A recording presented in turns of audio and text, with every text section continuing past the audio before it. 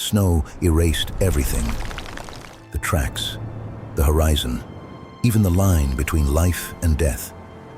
Somewhere inside the white storm, a young woman lay dying. Hours later, she would be carried to safety by an enemy born to hate her. For generations, Orun's clan had avoided the people beyond the eastern ridges. The elders spoke of them with lowered voices. If their tracks appeared beside yours, you turned back. If you saw their fires, you disappeared before they saw yours. No one remembered how the hatred had begun, only that it had never ended. Hours earlier, Nara had walked beside Karoo as the hunting party searched for signs of reindeer crossing the frozen valley. She carried her familiar pouch of dried herbs, always watching the ground for plants hidden beneath the snow, while Karoo scanned the ridges with quiet patience. The sky had changed without warning. A distant roar rolled across the mountains. Then the wind exploded. Snow slammed into the hunters so hard they couldn't see the ends of their own spears. Orun's commands disappeared into the storm. Rak shouted. Dor grabbed Bor before the younger man vanished over a drift. Then the blizzard scattered them like leaves. Nara called Karoo's name until her voice failed. No answer came, only the endless scream of the wind. She kept walking because standing still meant freezing. Soon, even hope became difficult to recognize. When she finally collapsed beside an outcrop of black stone, her fingers had lost all feeling. She pulled her knees close, trying to conserve every bit of body heat. Her eyelids became heavy. Darkness reached for her. Then, a shadow appeared. Tall, broad-shouldered, holding a spear.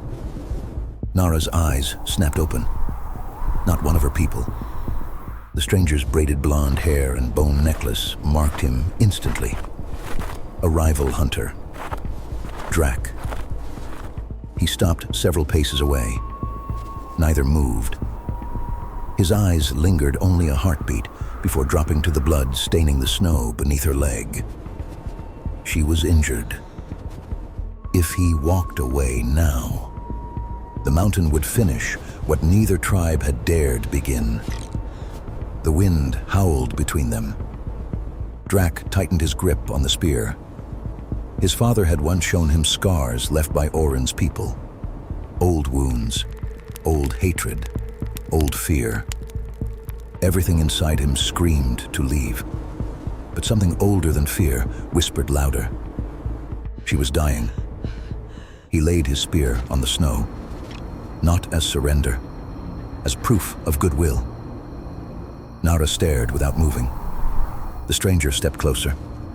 Every muscle in her body begged her to fight.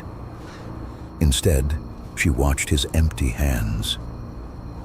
For several endless seconds, neither trusted the other enough to breathe. Then Nara allowed her shaking hand to leave the knife hidden beneath her cloak.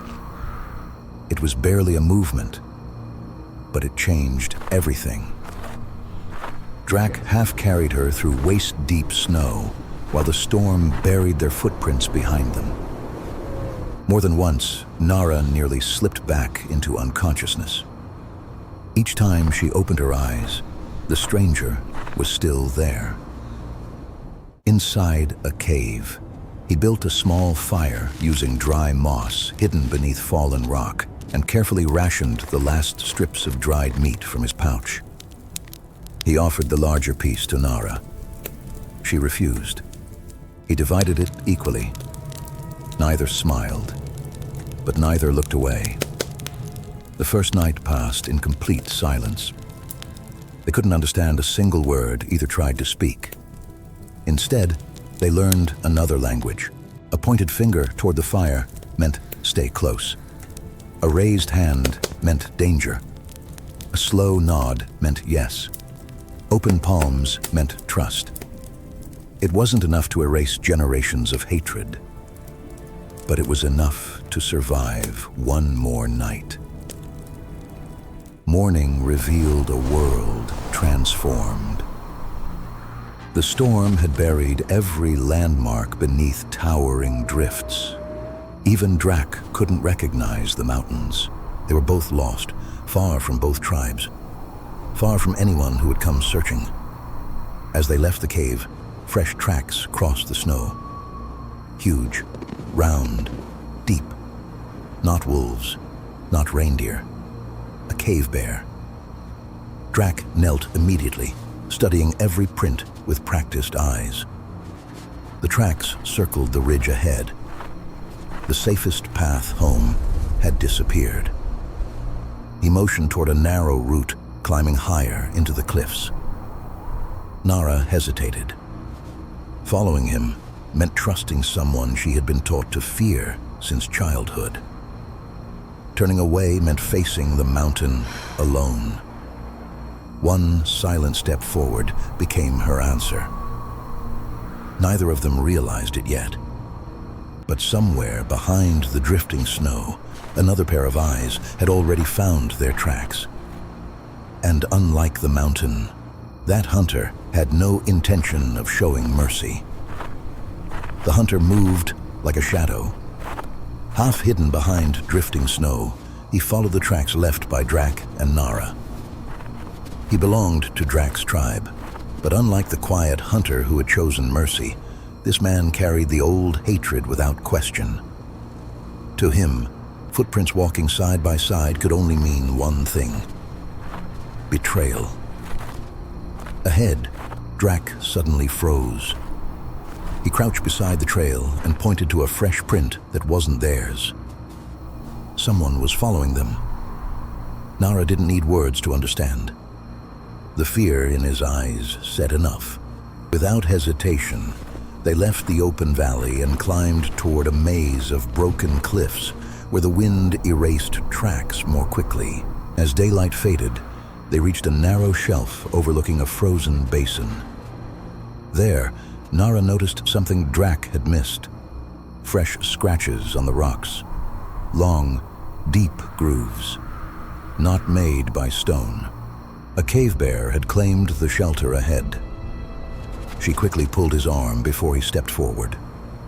The huge animal burst from the darkness with a roar that echoed across the cliffs.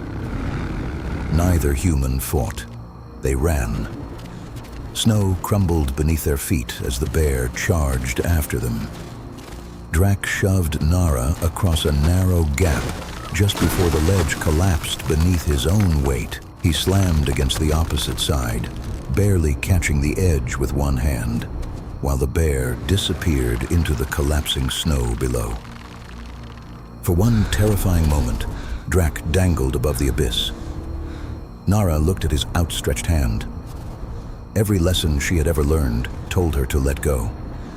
One less enemy. Instead, she dropped to her knees and pulled with every ounce of strength she had left.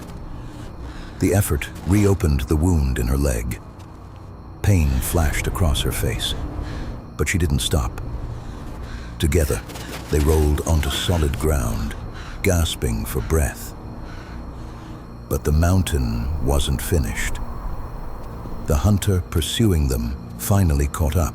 He stepped onto the ridge with his spear raised, staring in disbelief at what he saw. Drac standing beside a woman from the rival tribe. The hunter shouted angrily in his own language and pointed his spear at Nara. Drac didn't move. Instead, he stepped in front of her. The gesture lasted only a heartbeat.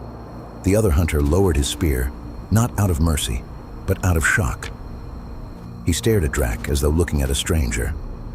Then, with one final glare, he turned and disappeared into the storm.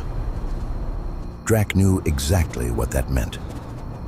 When he returned home, he would no longer be welcomed as a protector. He would return as the man who defended the enemy. The journey continued in silence until familiar smoke finally rose beyond the trees. Orun's tribe. At nearly the same moment, distant voices echoed from another ridge. Drak's people were searching too. The two tribes were coming. Nara reached for Drak's arm one last time, not to stop him, only to thank him.